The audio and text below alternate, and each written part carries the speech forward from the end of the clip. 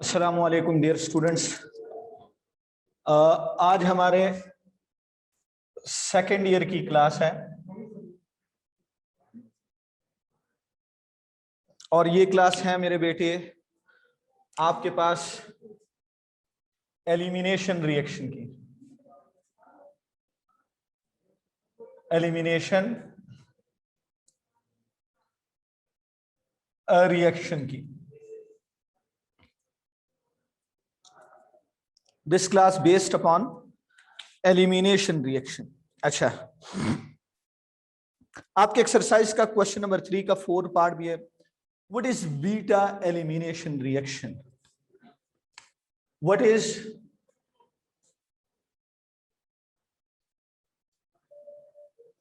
Beta elimination reaction? Beta elimination किसे कहते हैं? मेरा बच्चा इधर आप लोगों ने देखा, ये आपके पास कार्बन है, जिस कार्बन के साथ हैलोजन अटैच है ये अल्फा कार्बन है, और इसके साथ वाला जो कार्बन है this carbon is known as beta carbon. जब हम बीटा कार्बन से हाइड्रोजन को रिमूव करते हैं, this process will be known as beta elimination reaction. When we remove, जब हम क्या रिमूव करें? Hydrogen from beta carbon. Beta carbon से मैं क्या रिमूव करूं मेरा बेटा? कौन से कार्बन से? आपको बीटा कार्बन का पता चल गया। याद रखो, एलिमिनेशन से हमेशा फॉर्मेशन ऑफ डबल बॉन्ड होती है। एलिमिनेशन से आपके पास फॉर्मेशन ऑफ डबल बॉन्ड होती है। This phenomena is known as, हम क्या कहते हैं? बीटा कार्बन से हम हाइड्रोजन रिमूव करें इज कॉल्ड, इस वजह से हम इसको कहते हैं बीटा एलिमिनेशन रिएक्शन। इस वजह से हम इसको बीटा एलिमिनेशन रिएक्शन कहते हैं। एलिमिनेशन आपके पास कितने तरीके का होता है? जिस तरह आप लोगों ने इससे पहले SN1 SN2 पढ़ा। Elimination has 2 type. एक है मेरा बेटा आपके पास E1, एक है मेरा बेटा आपके पास E2। First one is E1, the second one is E2। ये टाइप ऑफ एलिमिनेशन रिएक्शन है। सबसे पहले हम बात करते हैं, और याद रखो एलिमिनेशन से हमेशा डबल बॉन्ड फॉर्मेशन होती है। आपके पास double bond formation occur in sense of elimination reaction. Elimination से डबल बॉन्ड फॉर्मेशन होती है। ओके सर, ये बात तो मुझे पता चल गई। अब कौन सी बात है आपके पास? E1 के बारे में आपको कौन कौन सी बातें पता होनी चाहिए सर? पहली बात तो यह है, ये 2 स्टेप्स में होते हैं। This reaction occur in 2 steps. Reaction occur in 2 steps. ये रिएक्शन हमारे पास मेरा बेटा 2 स्टेप्स में कंप्लीट होता है। पहले में आपके पास, जैसे कि मैंने कहा, आपके पास ये R कार्बन, इधर हाइड्रोजन, इधर मेरा बेटा हाइड्रोजन, इधर कार्बन, इधर अल्काइल ग्रुप, इधर अल्काइल ग्रुप और इधर हैलोजन। अगर हम इसको किसी सॉल्वेंट में ऐड करेंगे तो मेरा बेटा आपके पास आमतौर पर नॉन पोलर सॉल्वेंट में ये ऐड किया जाता है RCH। इधर आपके पास ये R, ये हाइड्रोजन, ये हाइड्रोजन, इधर से ये हैलोजन अपने दोनों इलेक्ट्रॉन ले जाता है। इस कार्बन पे कौन सा चार्ज आ जाएगा? पॉजिटिव चार्ज आ जाएगा, और हैलोजन पे नेगेटिव चार्ज आ जाता है। This is called formation of carbocation. This phenomena is known as formation of carbocation. आपके फेडरल बोर्ड में ये बात आती है, कॉमन आती है, SN1 और E1 इन दोनों का फर्स्ट स्टेप कॉमन है, और उसमें आपके पास क्या होता है? Formation of carbocation. Formation of carbocation. ये आप लोगों को अलग से MCQs पता होना चाहिए कि फेडरल बोर्ड के पेपर में एक क्वेश्चन आता है, which one of the following 2 steps have same step mechanism, have same step, same first step? ये वाला है। अब दूसरे स्टेप में आपके पास मेरा बेटा इधर प्रोटॉन आता है, इधर से कोई भी बेस आता है। बेस आपके पास क्या करता है मेरा बेटा, बेस के पास पेयर ऑफ इलेक्ट्रॉन होता है, ये इस प्रोटॉन को इलेक्ट्रॉन देता है, इधर हाइड्रोजन, इधर अल्काइल ग्रुप, इधर अल्काइल ग्रुप, ये डबल बॉन्ड बन जाता है मेरा बेटा। इसमें थोड़ी सी रीअरेंजमेंट होती है, वो मैं आपको बताता हूं कि दोनों साइड पे आपके पास मेरा बेटा इधर आर एच आ जाता है, इधर डबल बॉन्ड, इधर आपके पास आर आर, और बेस मेरा बेटा इस हाइड्रोजन को साथ लेके चला जाता है। अब इसकी सारी कहानी आपको पता है। ये आपके पास कितने स्टेप में कंप्लीट होता है, 2 स्टेप में कंप्लीट होता है। फर्स्ट स्टेप मेरे पास कौन सा स्टेप होता है, स्लो स्टेप होता है। दूसरा स्टेप मेरे पास कौन सा स्टेप होता है, फास्ट स्टेप होता है। फर्स्ट स्टेप मेरे पास स्लो स्टेप होता है। मेरे पास इसका रेट ऑफ रिएक्शन क्या होगा, मैं लिखूंगा रेट इज इक्वल टू के, इधर मैं लिखूंगा आर एक्स, मतलब ये मेरे पास फर्स्ट ऑर्डर रिएक्शन होता है, फर्स्ट ऑर्डर रिएक्शन होता है। अगर मेरे पास कोई ऐसा मॉलिक्यूल आ जाए, मेरे पास कोई ऐसा मॉलिक्यूल आ जाए, कैसा मॉलिक्यूल, लाइक ये कार्बन है और इस कार्बन के साथ मेरा बेटा एक हाइड्रोजन अटैच है। सपोज इस कार्बन के साथ इधर भी CH3 अटैच है, इधर भी CH3 अटैच है, इधर भी CH3 अटैच है, ये CH है, इसके साथ Br अटैच है, और इधर मेरा बेटा आपके पास CH3 अटैच है। पहले स्टेप में इसने कार्बोकैटायन बनाया, यहां पे कार्बोकैटायन बन जाएगा, ये Br इससे रिमूव हो गया, यहाँ पे CH3, इस CH पे पॉजिटिव चार्ज आया, और इधर CH3 और इधर मेरा बेटा आपके पास Br। तो ये कार्बोकैटायन अपने आप को रीअरेंज करता है।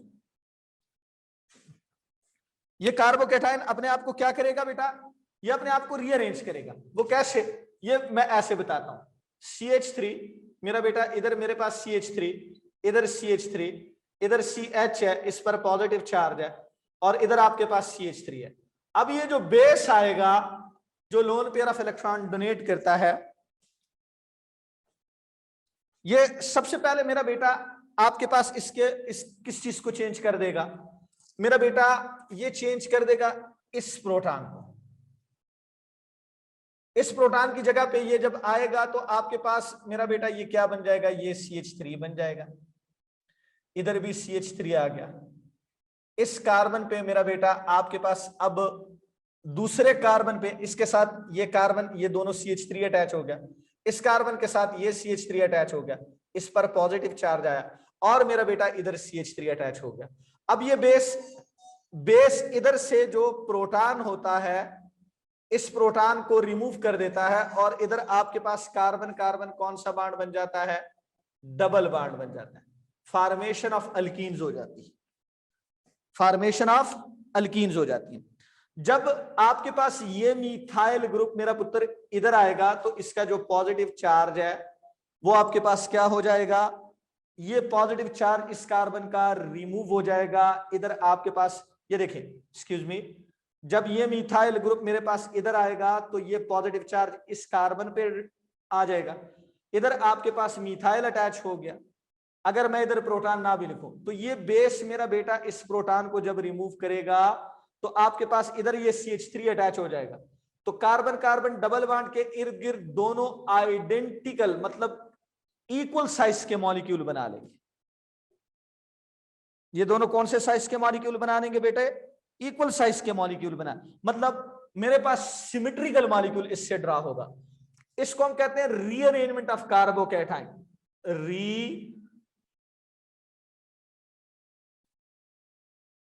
Rearrangement of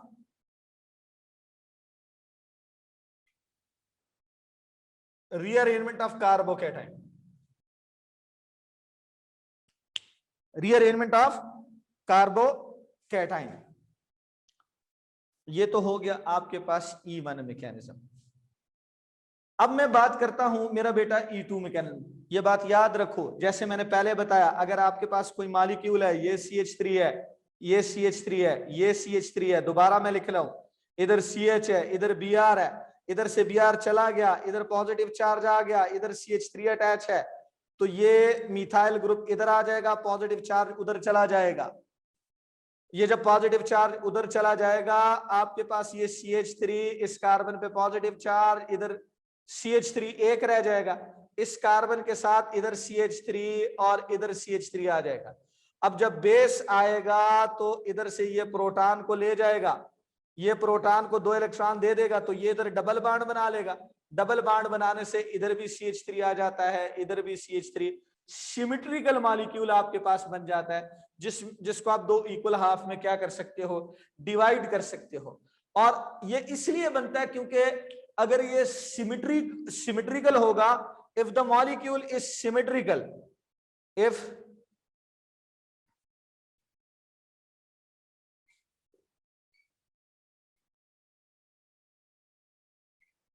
it would be stable, ये आपके पास क्या होगा, ये आपके पास एक स्टेबल मॉलिक्यूल होगा। Such molecules are known as stable molecules. ऐसे मॉलिक्यूल्स को हम कौन से मॉलिक्यूल्स कहते हैं मेरे बेटे, स्टेबल मॉलिक्यूल्स कहते हैं। अब मैं अपने दूसरे उस क्वेश्चन की तरफ आता हूं। मेरा दूसरा क्वेश्चन है E2 मैकेनिज्म। अब ये क्या होगा मेरा बेटा, ये सिंगल स्टेप मैकेनिज्म होगा, ये एक ही स्टेप में कंप्लीट होगा।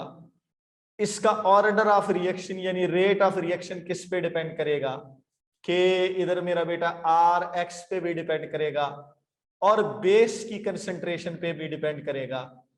आपके पास the only step is rate determining step होगा, only step is rate determining step. जो एक स्टेप होगा वो मेरे पास रेट डिटर्मिनेटिंग स्टेप होगा। और ये कैसे होगा, तो यार कम ऑन, इसकी आप डायरेक्ट इंफॉर्मेशन बताओ। ये देखो, ये मेरे पास R है, इधर CH है, इधर आपके पास H है, इधर मेरा बेटा CH2X है। इधर से बेस आता है, बेस इस पर अटैक करता है, इसमें एक इंटरमीडिएट प्रोडक्ट बनता है। Now what would be your intermediate product? आपके पास इंटरमीडिएट प्रोडक्ट क्या होगा, बेस और हाइड्रोजन के दरमियान बॉन्ड बनेगा। इधर CH है, इधर अल्काइल ग्रुप है, इधर CH2 है, इधर डबल बॉन्ड बनना स्टार्ट हो जाएगा और इधर से X का बॉन्ड टूटना स्टार्ट हो जाता है। ये इंटरमीडिएट प्रोडक्ट बनता है। फर्दर आपके पास क्या हो जाएगा, बेस और H चला जाएगा, X चला जाएगा और इधर आपके पास RCH डबल बॉन्ड CH2 बन जाएगा। दिस इज E2 रिएक्शन,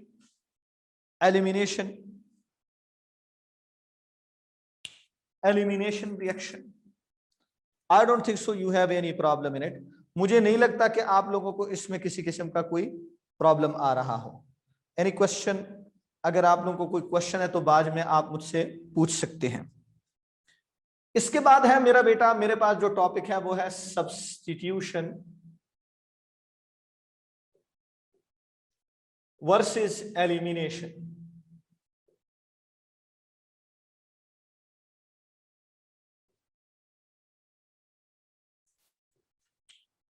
ये दोनों मैकेनिज्म एक जैसे हैं, तो कब सब्स्टिट्यूशन होगी और कब एलिमिनेशन होगा, बात समझ आई आप लोगों को। Energetically substitution is more favourable, आपको ये बात पता होना चाहिए। अगर एनर्जी के लिहाज से देखा जाए, एनर्जेटिकली आपके पास substitution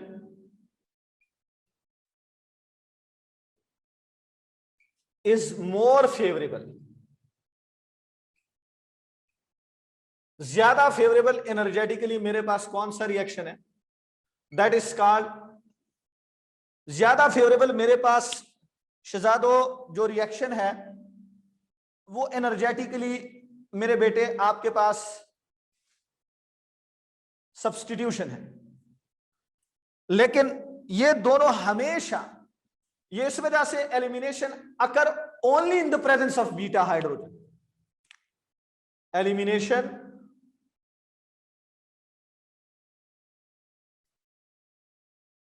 occur in the presence of only beta hydrogen. अगर बीटा हाइड्रोजन होगा तब आपके पास एलिमिनेशन होगी, अदरवाइज एलिमिनेशन हमारे पास पॉसिबल नहीं है। There will be no elimination. बात समझ आई आप लोगों को? इसमें कुछ फैक्टर्स हैं जो हम स्टडी कर सकते हैं। नंबर 1 आपके पास है स्ट्रक्चर ऑफ सबस्ट्रेट।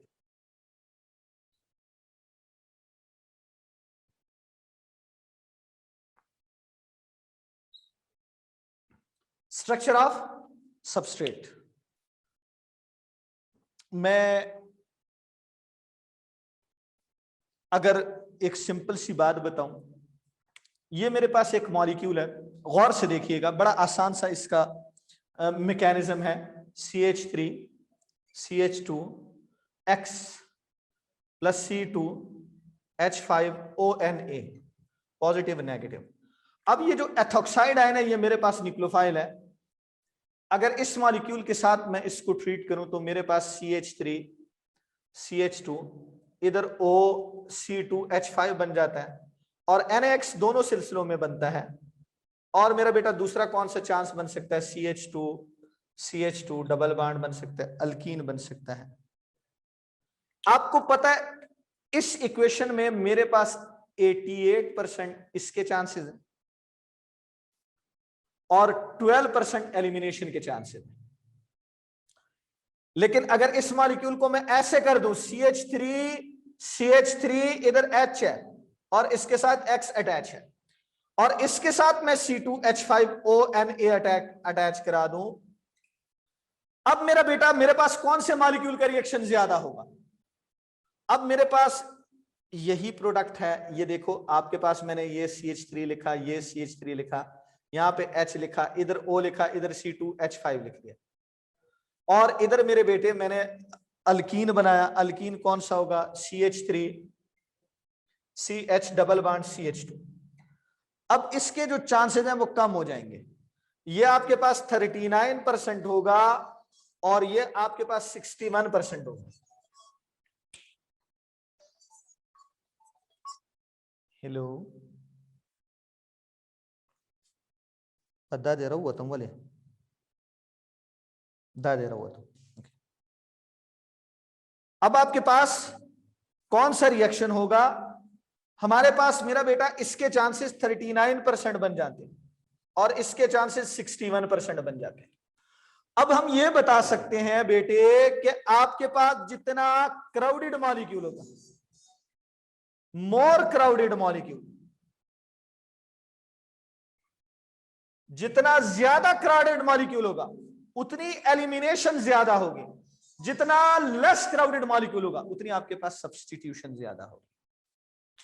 यहां तक आप लोग कर लीजिएगा, बाकी इंशाअल्लाह अल्लाह ने चाहा तो हम बाद में डिस्कस करेंगे। जज़ाकल्लाह।